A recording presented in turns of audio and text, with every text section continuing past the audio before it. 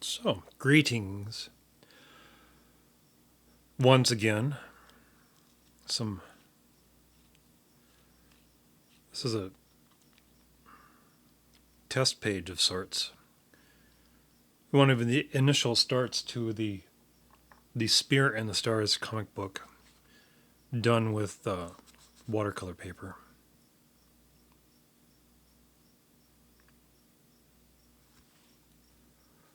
This page is probably about as far as it's ever going to go.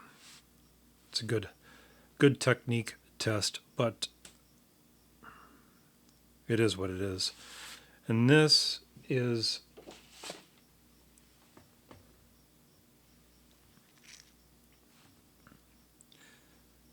an illustration for one of the novels. I'm still at odds with the notion of putting that much time into illustrating the novels. You know, time is fleeting. Again,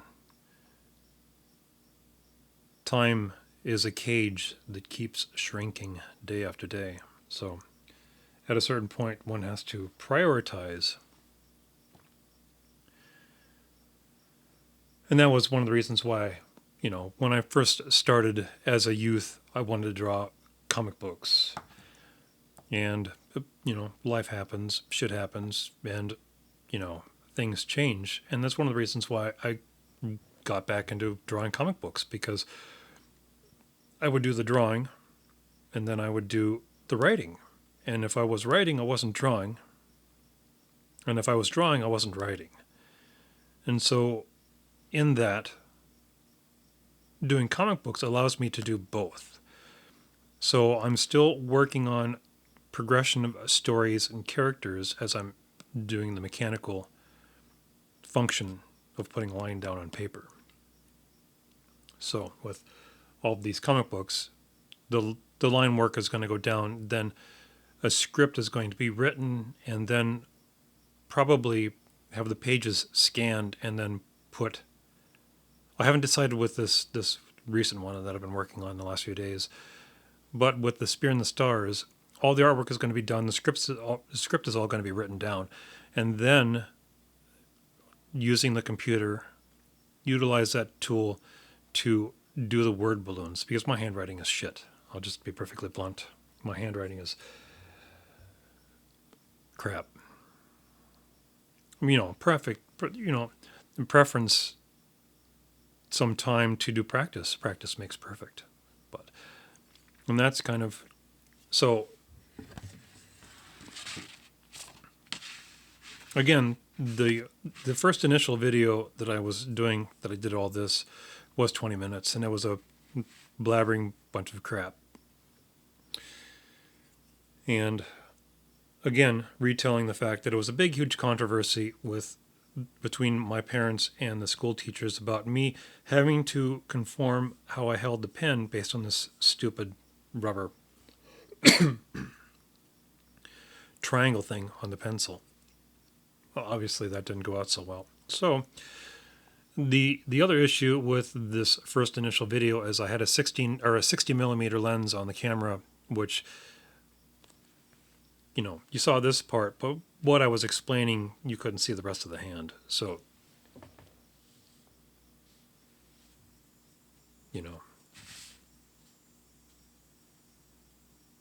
this is a 45 millimeter Tamron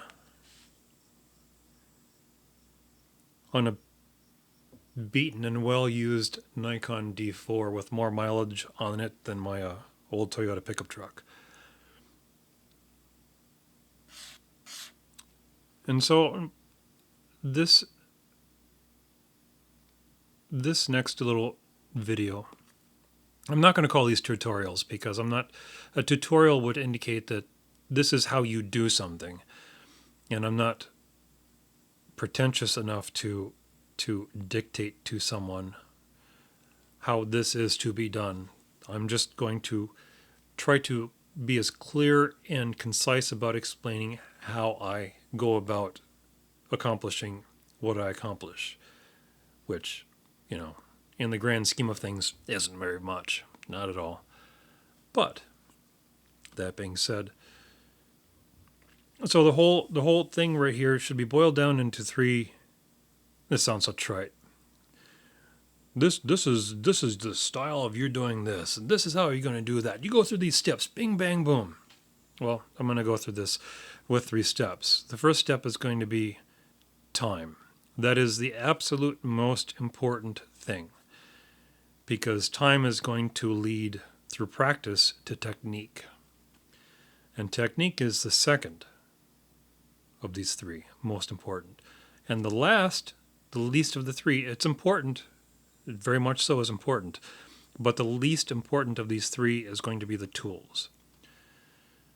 I would imagine any hardcore professional photographer would take the shittiest, oldest, crappiest film camera and be able to make a good image out of it. That the average Joe who has no experience because they haven't put in the time and haven't developed a technique with whatever tool that they're using wouldn't know. It's like for me doing InDesign for ebooks or whatever Adobe software that's on my dead computer.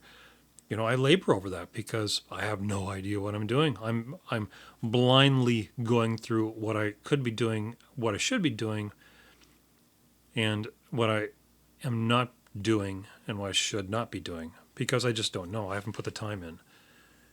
And that's, part and parcel with 20 years drawing, but not putting any time or investment or any kind of effort in any kind of online presence, because really that is the way of the future. And I just, it's a fad. It'll pass. And before you know it, no, it hasn't passed. It's taking everything over. Anyway, apart from that absurd ramble,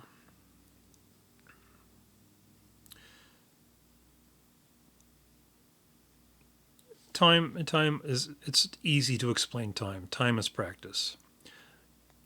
Sketchbook, pen. It doesn't matter if it's a ballpoint pen. It doesn't matter if it's one of these microns. They're not my favorite, but they do the trick. And again, to draw better, I would highly suggest not using pencil.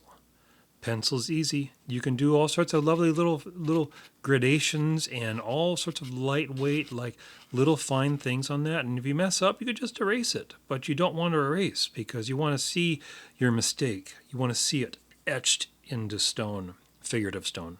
But you want to see your mistakes there. You can't get rid of your mistakes. Your mistakes are staring you in your face, mocking you, saying, well, you screwed up there, buddy. What are you going to do about that now? You screwed up there. See that little thing right there? That little smear, that little thing? I remember when I was in high school, I was doing title pages, like big block letters, and I would spend hours and hours and hours getting everything just right, getting the ellipses, getting the straight edge, making sure everything all right, and then I realized I'd misspelled the title. As the chef I worked with in Colorado said, you can always add ink, but you can't take ink away. Well, cooking and ink, you can't take ink away. Well, you can. It's called whiteout, but that's nasty crap. And it's always better to be in a position where you're not having to white out your screw ups. So, sketchbook, draw. I don't draw enough. I keep enough drawing supplies with me wherever I go, but I just never use it.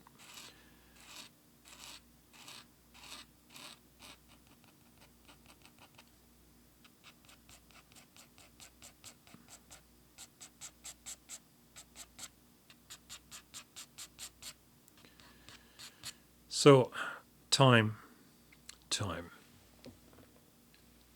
is the most important.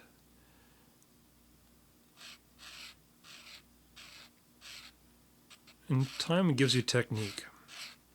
You learn certain things. You learn what some things don't do so well. For instance, again, growing up with repeatographs. Repeatographs are great for technical work, but being a technical pen, they were best used in a relatively vertical angle because repeatograph tips. It's a cylinder. It's got a little indentation, and these are rounded. They get rounded with use, and then you have a tiny little wire that goes through, and it acts like a valve. So when you press down on the repeatograph, it pushes up on this wire that goes through this tube to this plastic plunger, and a plastic plunger opens up here and allows ink to flow. And if you want feathered lines with this technical pen, at a certain angle, that plunger is not going to be opened up because it's the wire is not making contact with the paper. So for quite a long time, I used these repeatographs, and there was just a limiting effect. That and chronically, constantly cleaning the bastards. And if you damaged one, it was an expensive replacement.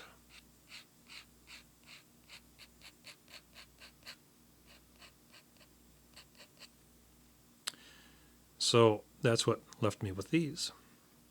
They're relatively inexpensive. They're simple. There's a wide variety of them, and they can do this, which technical pens like this don't do so well. And these, you go right ahead and you slide down there. These, they can do something similar to that, but you end up risking damaging the fiber tip. They're fun, but I'm not a fan. And so with drawing with these, and I use those for borders and things that require precision. I try to avoid using straight edges as much as I possibly can.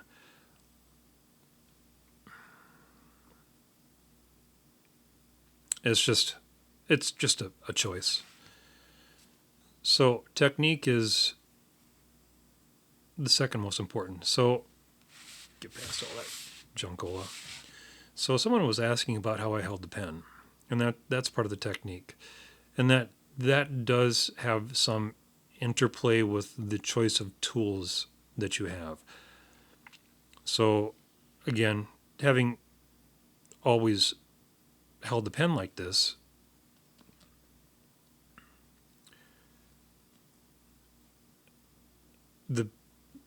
again, I mentioned this before,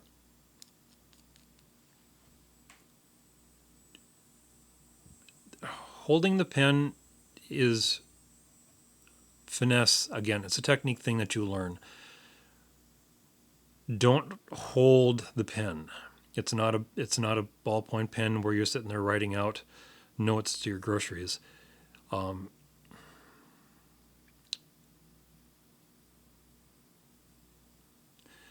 So, being a car nut, I suppose the best thing to explain would be your hand would be like the shock absorber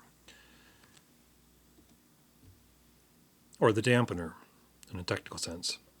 If it was a racing car, they would be called dampeners because they're adjustable. So this would be the road surface. This would be your chassis. This would be the tire. And this would be the dampener. So of all of these particular parts, you don't want to hold onto the pen too hard. You kind of you want to use some kind of pressure, but you want to kind of hold the pen with a passive pressure. It's not that much, because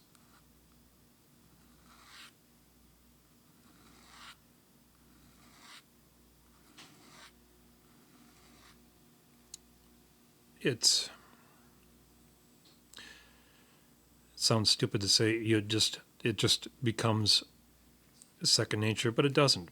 But yeah, just don't hold the pen so hard. And I'm not saying that people do, but it's my experience that when people draw them, they put it in context with a regular writing instrument. And I do this too, like an awful lot of the rock stuff. You want that stuff. But again, where the pressure points are in the hand, it's not in the fingers. The fingers are just there to hold the pen. So where this is happening, it's in this area. So the wrist is moving the hand, and the hand is kind of like basically a pen holder.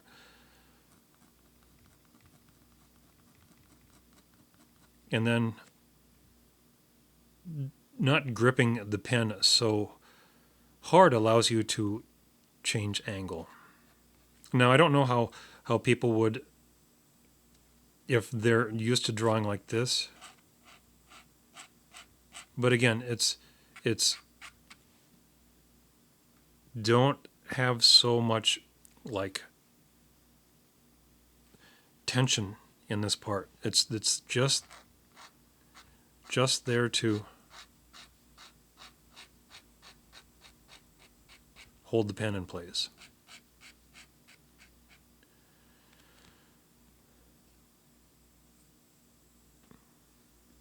You can use it. So if you're used to drawing it like this, this is a way you can draw it. Again, loose.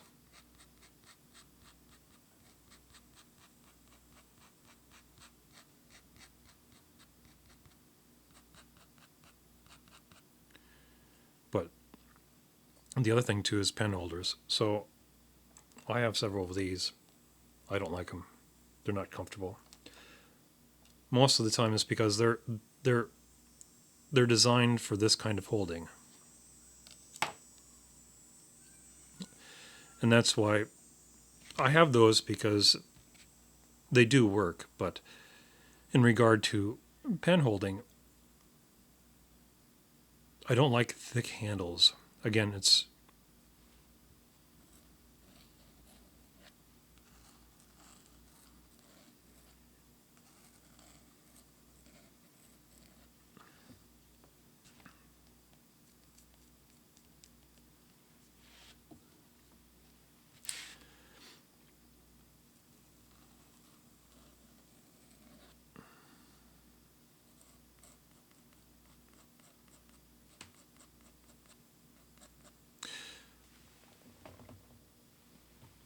the other instance too is that that's why I use an awful lot of this, so that my greasy ass paws don't make a mess of the paper. And that's because a lot of the tension in the drawing, so your hand is going to be the pen holder. So an awful lot of the motor functions that I found useful in operating the pen holder here is from the wrist, the heel, the palm here, the heel of the palm, palm of the heel, whatever, and then through the forearm. And that's, pivot at the elbow for light things like that. Again, and it's, again, as part of the technique thing, and practice makes perfect, is, figuring out how much tension you do want in the hand for whatever kind of line you want.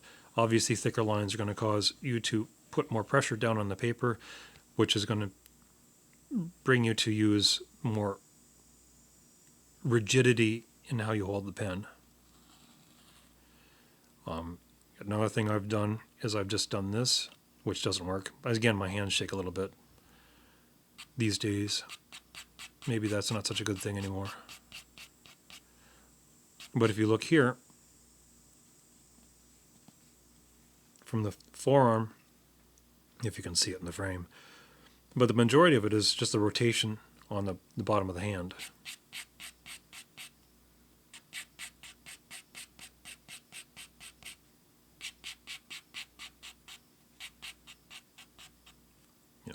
Again,